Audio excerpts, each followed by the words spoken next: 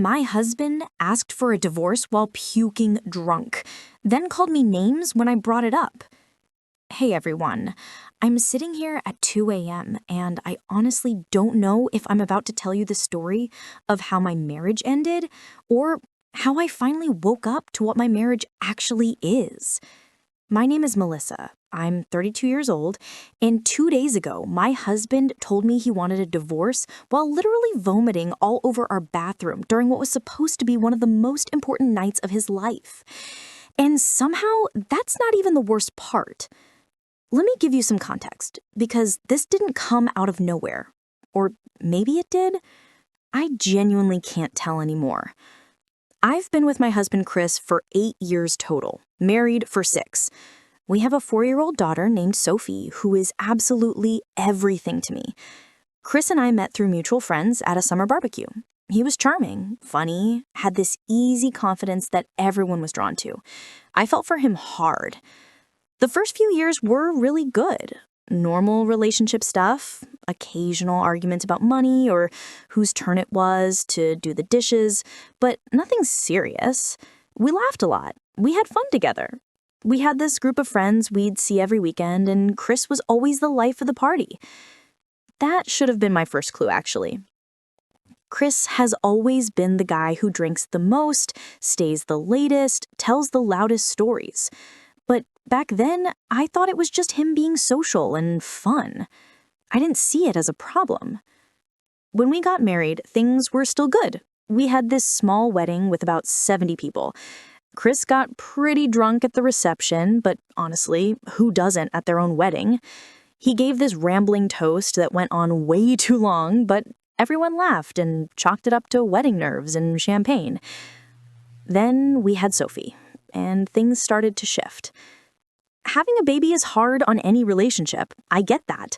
The sleep deprivation, the constant needs of this tiny human, the way your entire life just revolves around feeding schedules and diaper changes.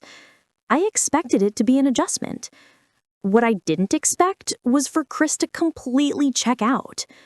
He loved Sophie, don't get me wrong. He'd hold her and play with her and do all the surface-level dad stuff. But when it came to the hard parts, the 3 a.m. feedings, the crying fits, the endless exhaustion, he'd retreat, usually with a drink in his hand. I need to decompress, he'd say, cracking open his 3rd beer of the evening, while I walked around like a zombie trying to get Sophie to sleep. I told myself it was fine, that he worked hard and deserved to relax, that lots of dads struggle with the transition to fatherhood, that it would get better when Sophie got older and started sleeping through the night. But it didn't get better. It got worse. Over the past 4 years, Chris's drinking has gradually increased. It's not like he wakes up and drinks or drinks every single day. It's not that kind of obvious problem. But when he does drink, he doesn't stop. 2 beers becomes 6. A glass of wine becomes a bottle. And lately, it's been happening more and more frequently. I've tried talking to him about it, gently at first. Hey babe, maybe you should slow down. Chris, you've had quite a few already. But he'd always brush me off, tell me I was being controlling, accuse me of trying to ruin his fun. The first time I really saw how bad it could get was about 3 months ago. We went to his company's holiday party, open bar, lots of his coworkers, the whole thing. Chris started with cocktails during the reception hour, then switched to beer during dinner, then back to liquor for the dancing portion of the evening. By 9 p.m., he was visibly drunk, slurring, stumbling, getting too loud. I tried to suggest we leave, and he waved me off. I'm fine, Mel. Stop being such a mom. By 10 p.m., he was a mess. One of his coworkers had to help me get him to the car. He passed out in the passenger seat before we even left the parking lot. When we got home, he couldn't walk from the car to the house. I had to wake up our neighbor to help me drag him inside. The next morning, I tried to talk to him about it. Chris, last night was really bad. You couldn't even walk. I had to get the neighbor to help me get you in the house like you were a piece of furniture. God, Melissa, you're so dramatic. I just had a little too much. It happens. It's been happening a lot lately. That's when he got angry. really angry. You know what? Maybe if you weren't on my case all the time, I wouldn't need to drink to relax. You're so uptight about everything. We fought for the rest of the day. Eventually, I dropped it because I was exhausted and he clearly wasn't going to listen. But that moment stuck with me. The way he blamed me for his drinking, the way he couldn't acknowledge that maybe, just maybe, he had a problem. Since then, things between us have been strained. We're cordial in front of Sophie, but when it's just us, there's this coldness. We don't talk like we used to. We barely touch, no hand-holding, no casual kisses, definitely no intimacy. We're like roommates who happen to share a kid. I keep telling myself it's just a rough patch, that all marriages go through difficult periods, that once we get past whatever stress he's dealing with, things will improve. But deep down, I think I know the truth. Things aren't going to improve. Because the problem isn't stress or work or adjusting to parenthood. The problem is that my husband drinks too much, refuses to acknowledge it, and I've been enabling it by staying quiet to keep the peace. Which brings me to 2 nights ago. Chris has a sister named Amanda. They're only a year apart in age and were really close growing up. But 7 years ago, Amanda got a job opportunity across the country and moved away. They've stayed in touch through calls and texts, but they haven't seen each other in person since she left. About 3 weeks ago, Amanda called Chris and said she was finally coming to visit. She'd met someone, a guy named Tyler, and wanted to introduce him to family. Chris was more excited than I'd seen him in months. He immediately started planning this elaborate dinner at our house. I want it to be perfect, he said. I haven't seen Amanda in 7 years. This is huge. I was genuinely happy for him. Despite all our issues, I wanted this to be a good night. I wanted him to have this moment with his sister. We spent days preparing. I deep cleaned the entire house. Chris planned the menu. He's actually a really talented cook when he puts effort in. We bought groceries, wine, beer, and yes, vodka, Chris's drink of choice. The day of the dinner, Chris was buzzing with nervous energy, pacing, checking his phone, adjusting things around the house that didn't need adjusting. "You okay?" I asked. "Yeah, just excited and nervous. It's been so long." Amanda and Tyler arrived right on time. The reunion was beautiful. Chris and Amanda hugged for what felt like a full minute, both of them tearing up. Tyler seemed like a genuinely nice guy, a bit quiet but friendly. Amanda was warm and funny, and I liked her immediately. We all settled into the living room with drinks. Chris poured himself a vodka tonic, a strong one. Then another, then another. Within the first hour, before dinner was even ready, he'd had 3 drinks. I tried to catch his eye, to give him a look that said, "Slow down." But he was so absorbed in catching up with Amanda that he wasn't paying attention to me. I didn't want to make a scene in front of guests, especially when this night was so important to him. So, I stayed quiet. That was my first mistake. By the time we sat down for dinner, Chris was drunk. Not blackout drunk yet, but definitely past buzzed. His words were starting to slur, his movements were getting exaggerated, and his volume had increased to that loud, over-enthusiastic level that drunk people don't realize they're doing. "This is going to be amazing," he announced, bringing out the first course. "Amanda, you're gonna love this." Amanda smiled, but I caught the flicker of concern in her eyes. She glanced at Tyler, then at me. I just gave her a tight smile and tried to act like everything was fine. The food actually was amazing. Chris had made this beautiful Italian spread, homemade pasta with vodka sauce, Caesar salad, garlic bread, roasted vegetables. He'd put real thought and effort into it. But Chris barely touched his food. He was too busy drinking. He'd brought a bottle of vodka to the table and was doing shots between bites. Just straight vodka in a shot glass that he kept refilling. I watched him take 5 shots during dinner alone. "Chris, You should eat, I said quietly, trying not to draw attention. I'm eating, he said loudly, gesturing at his mostly full plate. Stop nagging me, Melissa. Amanda looked uncomfortable. He's right though, bro. You haven't eaten much. You should probably... Not you too, Chris laughed, but there was an edge to it. I'm celebrating with my sister. Can everyone just let me enjoy myself? I wanted to say something more, but I felt Tyler's eyes on me and just couldn't. The embarrassment was already overwhelming. I didn't want to make it worse by starting a fight at the dinner table. So I changed the subject. Amanda, how did you and Tyler meet? She seemed grateful for the shift in conversation. She told this cute story about meeting at a coffee shop, and Tyler added little details that made us all smile. For a few minutes, it almost felt normal. But Chris kept drinking. About 40 minutes into dinner, I noticed Chris had gone quiet. He was just staring at his plate, swaying slightly in his seat. His face had gone from flushed to pale and clammy. He was sweating.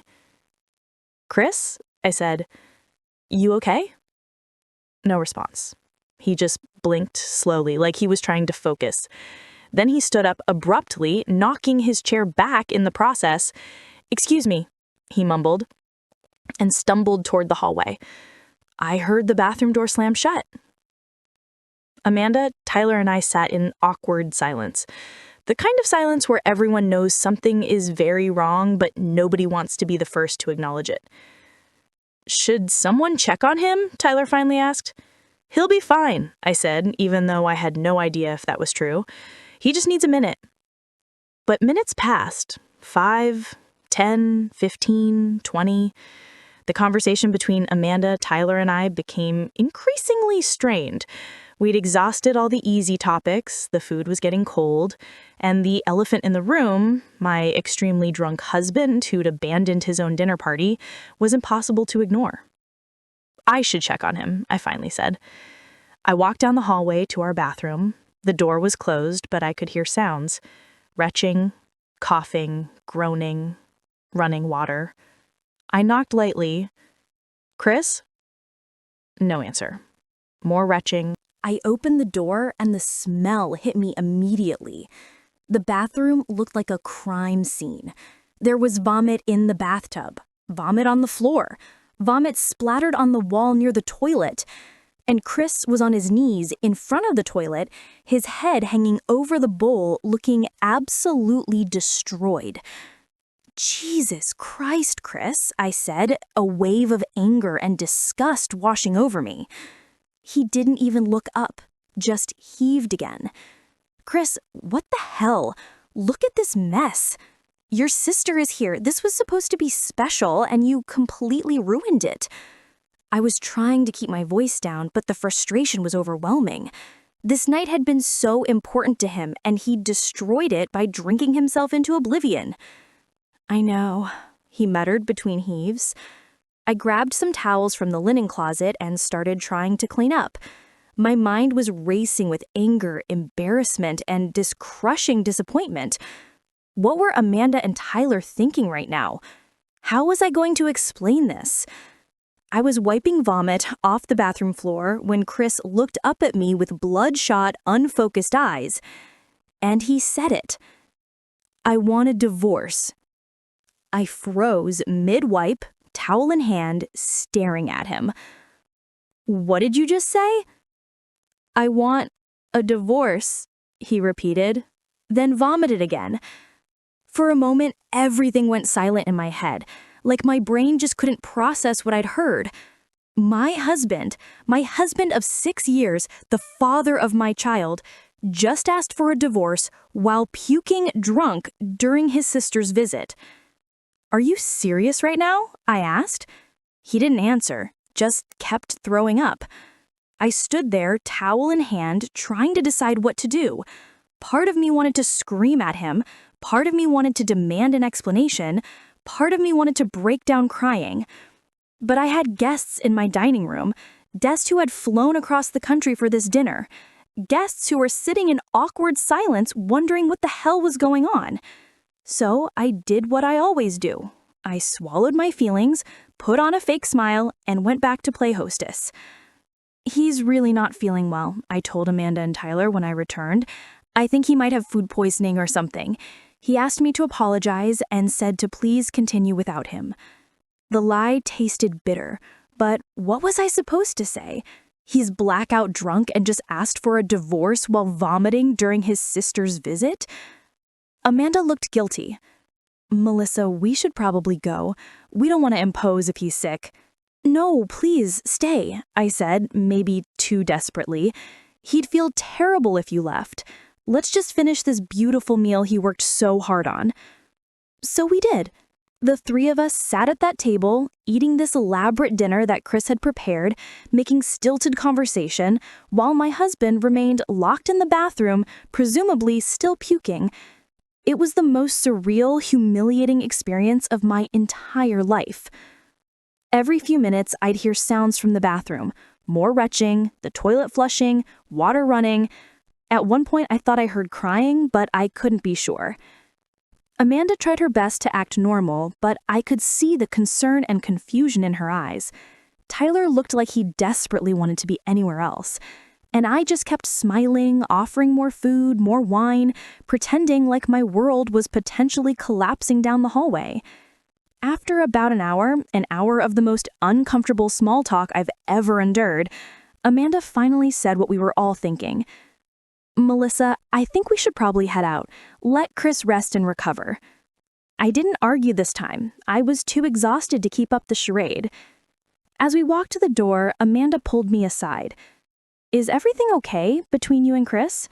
Everything's fine, I lied automatically.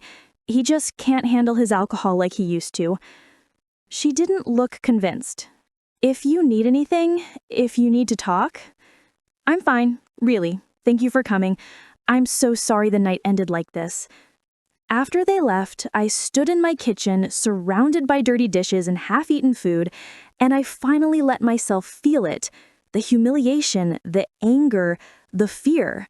My husband had just asked for a divorce while vomiting drunk, and I had absolutely no idea if he meant it. Chris never came out of the bathroom that night. At some point, I heard him stumble to our bedroom, but I was already on the couch with a blanket. I couldn't stand the thought of being near him. I barely slept. Every time I closed my eyes, I heard those words, "I want a divorce," over and over and over. Did he mean it? Was it just drunk rambling, or was this the truth he'd been too scared to say sober? Around 6 a.m., Sophie woke up. I went to her room, grateful for the distraction, for something normal to focus on. "Where's Daddy?" she asked, rubbing her eyes. "Daddy's not feeling well, sweetie. He's sleeping." "Is he sick?" "Yeah, he's sick." She accepted this easily because 4-year-olds don't dig deeper. I made her breakfast, got her dressed, turned on her favorite show. The routine felt surreal given what had happened just hours before. Chris didn't emerge until almost noon. I heard the shower running for a long time, then footsteps in the kitchen. I stayed in the living room with Sophie, waiting to see if he'd come find me. He did. Chris walked in looking rough, pale, dark circles under bloodshot eyes, moving like every step caused physical pain. Classic severe hangover. "Hey," he said quietly. "Hey," I replied, my voice flat. Sophie looked up from her coloring book. "Daddy, you're awake!" Chris forced a smile. "Hey, baby girl. Yeah, Daddy wasn't feeling good, but I'm better now."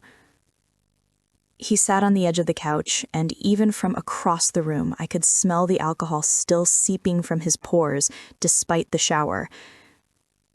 We sat in tense silence, both watching Sophie color. Finally, I said, "We need to talk." "Can it wait? I feel like death." "No, Chris, it can't wait." He sighed heavily. "Fine, let me get some coffee first." He stood and went to the kitchen. I followed, making sure we were out of Sophie's earshot. "Do you remember last night?" I asked, my voice low. Chris was pouring coffee with shaky hands. Some of it, Amanda arriving, starting dinner. After that, it's pretty fuzzy. You blackout drunk? In front of your sister you haven't seen in 7 years? He winced. Yeah, I figured. I'm sorry. You puked all over our bathroom and never came back to dinner. Amanda, Tyler, and I had to finish the meal without you. It was humiliating, Chris. I said I'm sorry, and you told me you wanted a divorce. His hand froze halfway to his mouth, coffee cup suspended in air. What? In the bathroom, while you were throwing up, you looked right at me and said, I want a divorce. Do you remember that? He set the cup down carefully. No, I don't remember saying that. Well, you did. So I need to know, did you mean it? Chris rubbed his face with both hands. Melissa, I was drunk. I was blackout drunk. I don't even remember being in the bathroom. People say stupid shit when they're wasted. Do they, though? Or do they say what they're really thinking? I don't know what I was thinking because I don't remember. Well, I remember, Chris, and I need to know if that's actually how you feel. He looked at me with frustration. Of course that's not how I feel. Jesus Christ, I was puking drunk. Didn't mean anything. It meant something to me. Well, you're blowing this way out of proportion. I made a mistake. I drank too much and said something stupid. That's it. His complete dismissal of my feelings made something snap inside me. Blowing it out of proportion? Chris, you asked for a divorce. How am I supposed to just brush that off like it's nothing? Because it was nothing. It was drunk rambling. Why are you making this such a big deal? Why are you acting like it's not a big deal? Because you're being ridiculous. That's when he said it. The thing that changed everything. You're acting like such a bitch about this. I felt like I'd been slapped. What did you just call me? You heard me. You're being a bitch.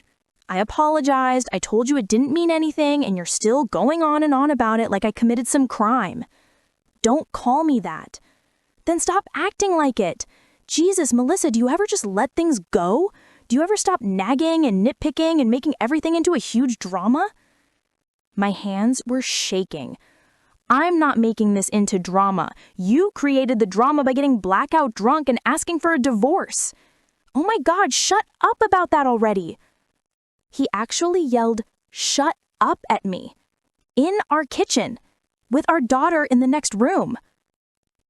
I took a step back, suddenly seeing this man I'd been married to for 6 years like he was a stranger. You need to leave, I said quietly. What? Get out. Go stay somewhere else. I don't want you here right now. Chris laughed, actually laughed. You're kicking me out? This is my house too, Melissa. Fine. Then I'm taking Sophie to my mom's. Either way, I'm not staying in this house with you. You're being insane. And you're being cruel. Get out, Chris.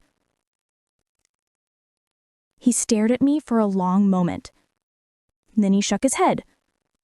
Fine, whatever, I'll stay at Mark's. But when you're done being crazy, we're going to have a real conversation about how you overreact to everything. He grabbed his keys and left. Didn't even say goodbye to Sophie. Just walked out. After Chris left, I just sat at the kitchen table, staring at nothing. Sophie came in asking where Daddy went, and I told her he had to run some errands. More lies to protect her from the truth. That afternoon, after I got Sophie down for her nap, I called my best friend Jennifer. Jen, I need to talk. Are you free? Always. What's going on? So I told her everything. The dinner, the drinking, the vomiting, the divorce comment, the way Chris dismissed it all this morning, the name calling. When I finished, there was silence on the other end. Jen, you there? I'm here. I'm just... Mel, this isn't the first time he's gotten like this, right? What do you mean? The drinking, the getting blackout drunk and embarrassing you. This has happened before. Well, yeah, at his company party a few months ago, and there have been other times. And every time you bring it up, he makes it your fault somehow, right? You're overreacting, you're being dramatic, you're nagging. I hadn't thought about it like that, but she was right. Yeah, pretty much. Mel, that's gaslighting. Classic gaslighting. He does something terrible and then he makes you feel crazy for being upset about it. I don't think he's trying to. It doesn't matter if he's trying to or not. That's what he's doing. And now he's calling you names when you try to address it? That's not okay. None of this is okay. Hearing her say it so plainly made something click in my brain. Jen, he called me a bitch. To my face. In our kitchen. I know. And what did you do? I told him to leave. And he did. But not before basically saying I was crazy for being upset. Good. Keep him gone. At least for now. You need space to think about whether this is a marriage you actually want to save. But Sophie needs a mom who's not being verbally abused by her husband. Trust me, kids know when something's wrong at home. You staying in a bad marriage isn't protecting her. It's teaching her that this is what love looks like. After we hung up, I sat with that for a long time. Was this what I wanted to teach Sophie? That when someone you love treats you badly, you just accept it? That when your partner calls you names, you defend them and make excuses? The answer was obvious. No, absolutely not. But then there was the other side of it, the part I'd been avoiding thinking about, the part that terrified me. If I left Chris, Sophie would grow up in a broken home. Split holidays, custody arrangements, 2 different houses, all the things I'd sworn I'd never put a child through. I'd grown up with divorced parents, and it had been awful. The fighting over who got me for Christmas, the way they used me as a messenger between them, the constant feeling of being torn in half. I didn't want that for Sophie. But then I thought about what Jen said, about what Sophie was learning from watching Chris and me interact. She was learning that men can call women names and get away with it. She was learning that wives should be quiet when their husbands do something wrong. She was learning that marriage means walking on eggshells and pretending everything's fine when it's not. Was that really better than 2 separate households where she'd see me being treated with respect? That night, after Sophie was in bed, Chris called. "Melissa, we need to talk." "I agree. I'm sorry for calling you that name earlier. I was hungover and frustrated, and I said something I shouldn't have." It was the first real apology I'd heard from him, but something felt off about it. "Do you actually think you shouldn't have said it, or are you just apologizing because you know you're supposed to?" Silence. "Chris? I don't know, okay? I'm trying to do the right thing here, and you're making it difficult." "I'm making it difficult? How?" "By not letting this go. I was drunk, I said some things I didn't mean, and now you're acting like I'm some kind of monster." "You asked for a divorce and then called me a bitch when I tried to talk about it. Those aren't small things." "They are when I was blackout drunk. Why can't you understand that?" And there it was. The cycle continuing. "Chris, answer me honestly. Do you want to stay married to me?" Another long silence. "Of course I do." That didn't sound very convincing. "Jesus, Melissa, what do you want from me? I said yes. I want you to sound like you mean it." "I do mean it, but I'm not going to grovel and beg just because you're in some mood." I realized in that moment that we were talking in circles. We'd had this conversation, or versions of it, dozens of times, and it always ended the same way, with me questioning myself, wondering if I was overreacting, eventually apologizing just to keep the peace. But not this time. "Chris, I think we need to separate." "What? No, that's insane." You asked for a divorce while drunk. Maybe your subconscious was trying to tell us something. It wasn't my subconscious, it was the vodka. Either way, I think we need time apart to figure out what we actually want. I don't need time apart. I know what I want. What's that? I want my wife to stop making mountains out of molehills and let this go. And I want a husband who doesn't get blackout drunk at important family dinners and call me names when I'm upset. Looks like neither of us is getting what we want. Melissa, I'm done with this conversation, Chris. Stay at Mark's. Don't come home until I say it's okay. This is ridiculous. I hung up. It's been 3 days since I kicked Chris out. 3 days that have been both harder and easier than I expected. Harder because Sophie keeps asking about Daddy. Harder because I keep second-guessing myself. Harder because I'm scared of what comes next. But easier because the house feels calmer without him. Easier because I'm not walking on eggshells. Easier because I'm finally being honest with myself about how bad things had gotten. Yesterday, I went to see a lawyer. Just a consultation. Just to understand my options. The lawyer, a woman in her 50s named Patricia, was kind but direct. Before we talk about divorce proceedings, I need to ask, do you want to save your marriage? I don't know anymore. That's an honest answer. What would it take for you to want to save it? I thought about that. He'd have to acknowledge he has a drinking problem. He'd have to go to therapy or AA or something. He'd have to stop calling me names when I bring up legitimate concerns. He'd have to change, fundamentally change. Patricia nodded. And do you think he's capable of that? I don't know. Here's what I've learned in 20 years of family law. People can change, but only if they want to. If someone doesn't think they have a problem or doesn't think their behavior is that bad, they're not going to change, and you can't force them to. So what do I do? You decide what you're willing to live with. If Chris doesn't change, if he continues drinking, continues dismissing your feelings, continues the name-calling, are you willing to stay in that marriage? I knew the answer immediately. No. Then you have your answer. This morning, Chris called, not to apologize or talk about our marriage, but to yell at me for poisoning his sister against him. Apparently, Amanda called him yesterday. She'd been bothered by the dinner disaster and finally confronted him about his drinking. She told him she thought he had a problem and that he needed help. Chris blamed me. You told her I'm an alcoholic, didn't you? You're turning my own family against me. Chris, I didn't say anything to Amanda. She has eyes. She saw how drunk you got.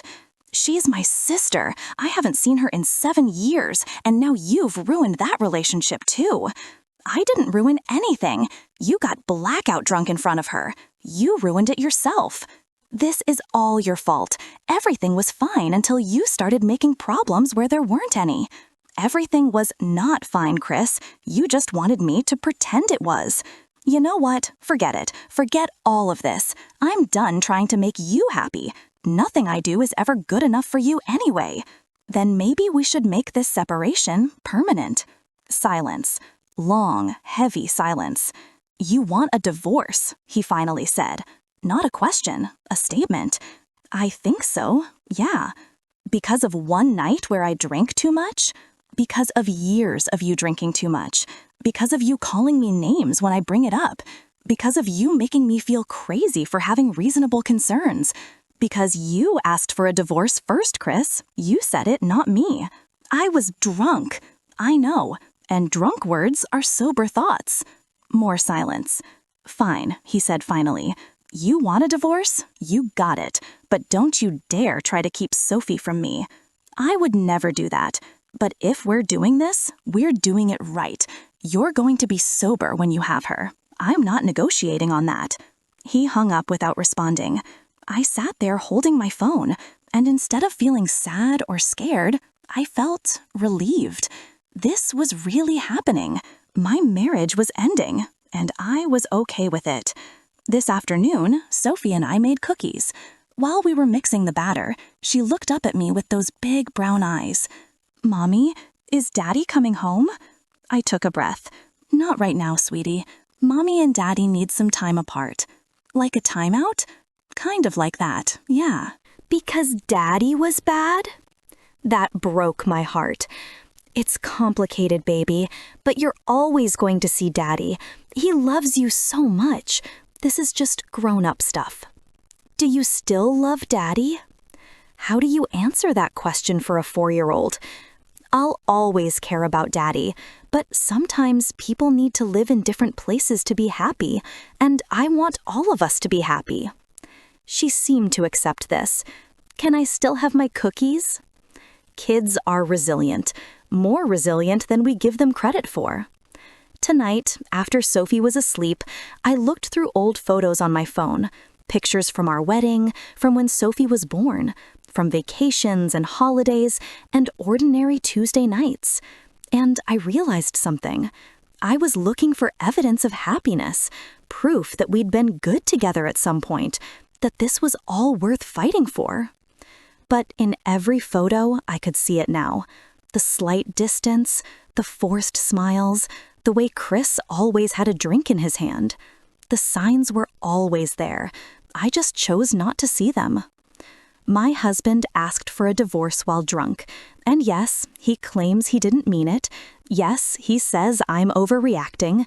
Yes, he's made it all my fault somehow. But here's what I know. Drunk or not, he said what he was really feeling. And honestly, so am I. I'm saying yes to his drunken divorce request while I'm completely sober. Because I'm done making excuses for someone who won't take responsibility for their actions. I'm done being called names. I'm done teaching my daughter that this is what marriage looks like. I deserve better. Sophie deserves better. And if that means becoming a single mom at 32, if that means splitting holidays and custody schedules and co-parenting with someone who might never get sober, then that's what I'll do. Because staying in this marriage would be worse. To anyone reading this who's in a similar situation, whether your partner said something drunk they won't acknowledge sober, or they call you names when you express concern, or they make you feel crazy for having basic needs, please hear me. You're not crazy, you're not overreacting, and you don't have to stay. Staying for the kids isn't noble if it means teaching those kids that verbal abuse is acceptable, that addiction isn't a problem, that your feelings don't matter. Your kids are watching you. They're learning from you what love should look like. Make sure you're teaching them the right lessons. My husband asked for a divorce while puking drunk, and I'm taking him up on it. Not out of anger or revenge, but because sometimes the person who knows you best accidentally tells you the truth when their guard is down. And the truth is, we both want out. I'm just the only one brave enough to admit it while sober.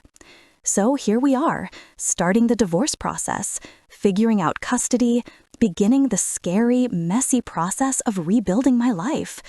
But for the first time in years, I feel like I can breathe. And that tells me everything I need to know.